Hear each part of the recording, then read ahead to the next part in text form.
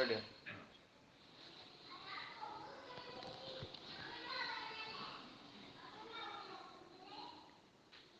അദാഅൻ എന്ന് നമ്മൾ പറഞ്ഞു. അദാഅൻ എന്ന വാക്ക് അറിയിച്ചു. അന്നഹു മതാ ഫാത്ത ദാലിക്കൽ വക്തു, ആ വക്ത് നഷ്ടപ്പെട്ടു പോവുകയാണെങ്കിൽ, അപ്പൊ ആ സമയത്ത് അറക്കാൻ പറ്റിയില്ലെങ്കിൽ, ലസിമഹു ദബഹു ഹാബാദു, അവന് അതിനെ ആ വക്തിന് ശേഷം അറക്കൽ നിർബന്ധമാണ്. പക്ഷെ കലായിട്ട്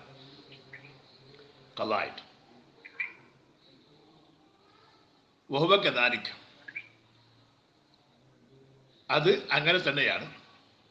ഫയസ്രിഫു മസ്രിഫ, അപ്പൊ അങ്ങനെ അർത്താൽ അതിനെ അവൻ വിനിയോഗിക്കണം. ആ ഉദ്ഹിയ്യത്ത് എങ്ങോട്ടാണോ വിനിയോഗിക്കേണ്ടത് ആ ഭാഗത്തേക്ക് തന്നെ വിനിയോഗിക്കണം. ഇപ്പോൾ ആ പറഞ്ഞിരിക്കുന്നത്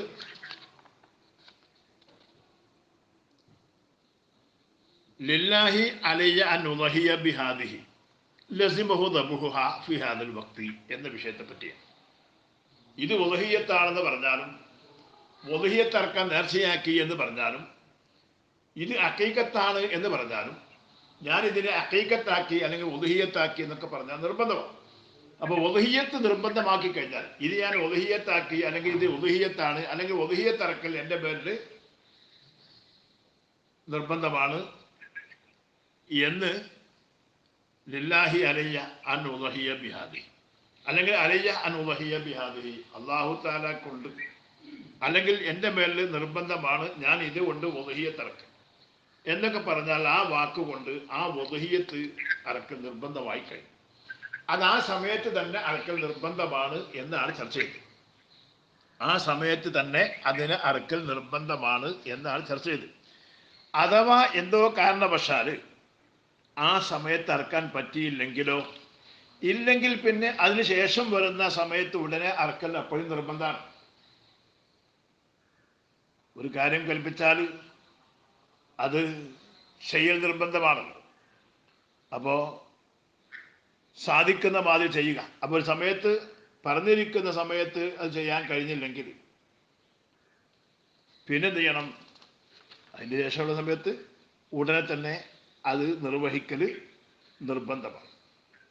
എന്നിട്ട് അത് ഉദ്ഹിയ്യത്ത് അറുത്ത് കഴിഞ്ഞാൽ എങ്ങോട്ടാണോ കൊടുക്കേണ്ടത് അതേപോലെ ഉദ്ഹിയ്യത്ത് ചെലവാക്കേണ്ട ഭാഗത്തേക്ക് അത് ചെലവാക്കലും നിർബന്ധമാണ്. ഏതായാലും വളരെ ശ്രദ്ധിക്കേണ്ട ഒരു ഭാഗമാണിത്. ഇത് ഉദ്ഹിയ്യത്താണ്,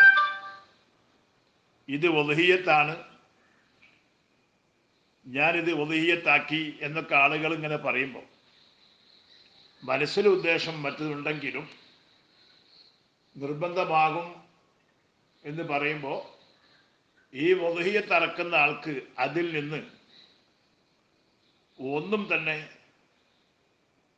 എടുക്കാൻ പാടില്ല എന്നും, അത് സാധുക്കളായ ആളുകൾക്ക് മാത്രം അത് വിതരണം ചെയ്യേണ്ടി വരുമെന്നും അതുകൊണ്ട് വരികയാണ്.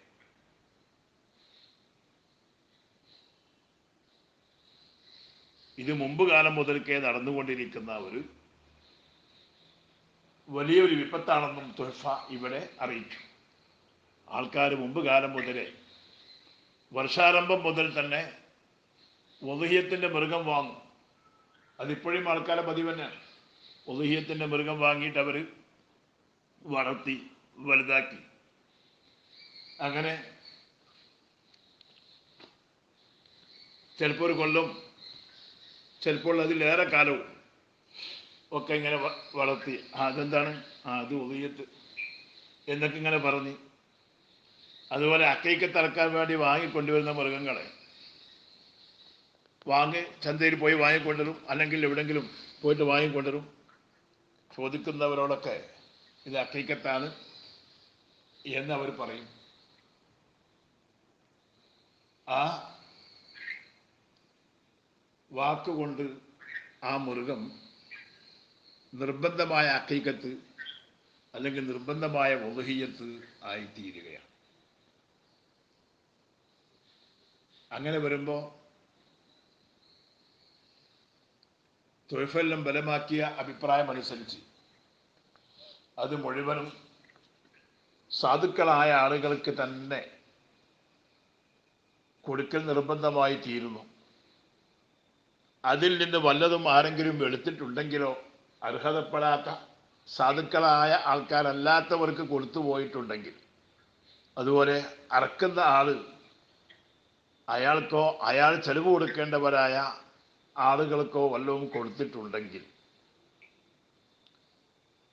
അതെല്ലാം അയാളുടെ ഹക്കിൽ കടമായി നിൽക്കുകയും പകരം വേറെ അത്രയും മാംസം വാങ്ങിയിട്ട് കടം വീട്ടുകയും ചെയ്യേണ്ടി വരും.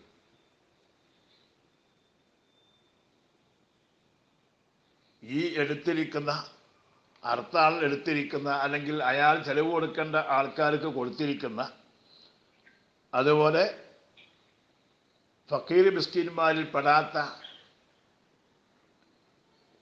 അഗ്നിയായിൽപ്പെട്ട വല്ലവർക്കും കൊടുത്തിട്ടുള്ള ഈ നിർബന്ധമായ ഉളുഹിയ്യത്തിൻ്റെ, ഇത് ഉളുഹിയ്യത്താണ് എന്ന വാക്കുകൊണ്ട് നിർബന്ധമായ, അല്ലെങ്കിൽ നിർബന്ധമായ അഖീഖത്ത്, ഇത് അഖീഖത്താണ് എന്ന വാക്കുകൊണ്ട് നിർബന്ധമായി തീർന്ന, അതാണല്ലോ അധികം ആൾക്കാർ ശ്രദ്ധിക്കാതെ പോവുക.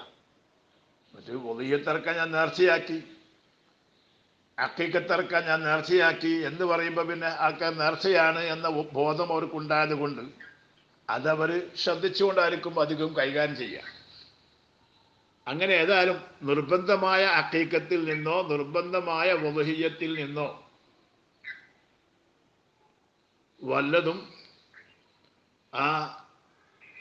ആരാണോ ഉളുഹിയ്യത്ത് അഖീഖത്തൊക്കെ അറക്കുന്നത് അയാൾ എടുക്കുകയോ അല്ലെങ്കിൽ അയാളുടെ ചെലവിൽ കഴിയേണ്ട ആൾക്കാർക്ക് കൊടുക്കുകയോ അല്ലെങ്കിൽ അഗരിയാവിന് കൊടുക്കുകയോ കഴിവുള്ളവർക്ക് കൊടുക്കുകയോ ചെയ്താൽ അത്രയും മാംസം പകരം വേറെ വാങ്ങിക്കൊടുക്കൽ നിർബന്ധമാകും എന്ന വിഷയം അവർ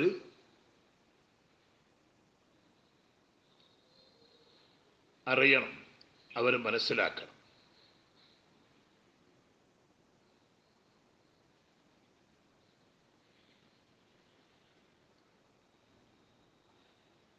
സംഗതി അത് വളരെ ഗൗരവമേറിയതാണ്.